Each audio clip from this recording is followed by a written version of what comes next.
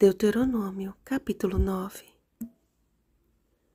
Sabe, pois, que não é por causa da tua justiça que o Senhor teu Deus te dá esta boa terra para possuí-la, pois tu és povo de dura cerviz. Versículo 6. Prestes a se deparar com cidades grandes e amuralhadas até aos céus, e a enfrentar um povo grande e alto, os filhos de Israel precisavam confiar que no tempo em que atravessassem o Jordão, o Senhor passaria adiante deles para destruir e subjugar aquelas nações. Contudo, a sua confiança deveria ser fruto de fé e não de presunção. Pela fidelidade da aliança feita a Abraão, Isaque e Jacó, e pela maldade das ímpias nações, era que Israel entraria na terra para a possuir.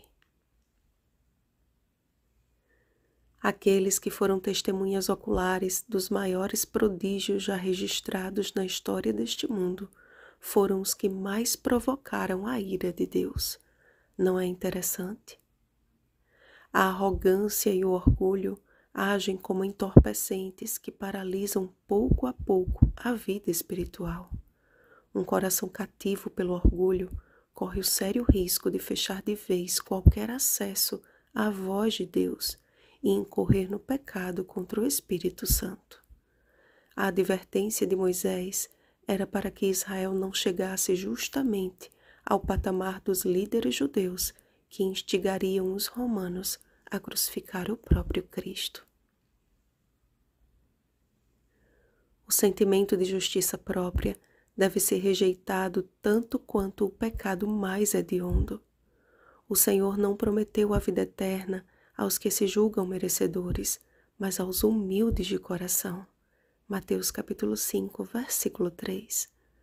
Ou seja, aos que reconhecem que nunca conseguiriam ser salvos não fosse os méritos de Cristo Jesus. Será a justiça de Cristo vista sobre nós que nos livrará do corpo desta morte.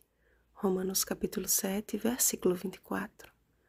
Somente com as vestes de sua imaculada justiça não será exposta a nossa nudez.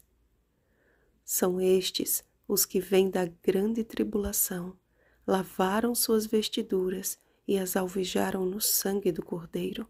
Apocalipse capítulo 7, versículo 14.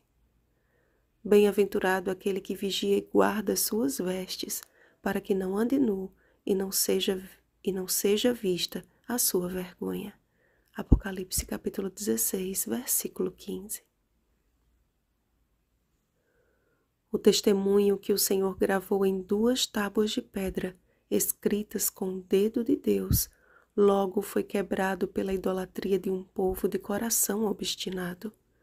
Infelizmente, não tem sido diferente hoje. A rebelião continua, e a menos que nos apresentemos diante do Senhor com a mesma disposição de Moisés, teremos de enfrentar a ira e o furor de um Deus santo que ama o pecador, mas que abomina o pecado. Moisés não só foi o maior líder de Israel, mas também o maior intercessor. Sua vida de oração era um constante favor em benefício de uma casa rebelde. Suas orações transbordavam o amor que devotava Israel, ainda que sob a mira do ódio homicida daqueles pelos quais intercedia. Moisés foi um tipo que apontava para o antítipo. Hoje, Jesus ministra no Santíssimo do Santuário Celeste, intercedendo ao Pai em nosso favor.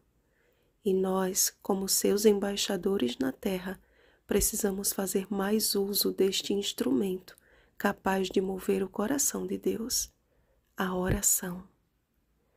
A oração sincera nos protege da justiça própria e nos leva ao constante reconhecimento de nossa total dependência do cuidado divino.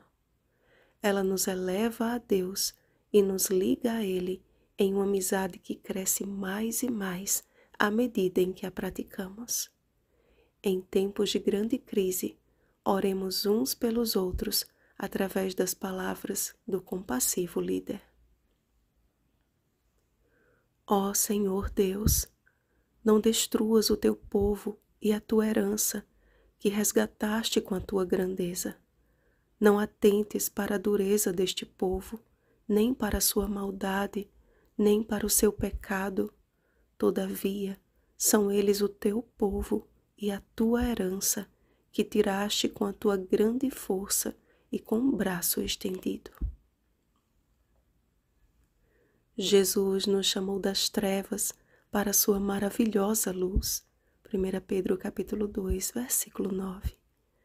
Por meio dele, fomos resgatados da escravidão do pecado. Oremos uns pelos outros e clamemos pela misericórdia do Senhor na vida daqueles que ainda precisam conhecê-lo.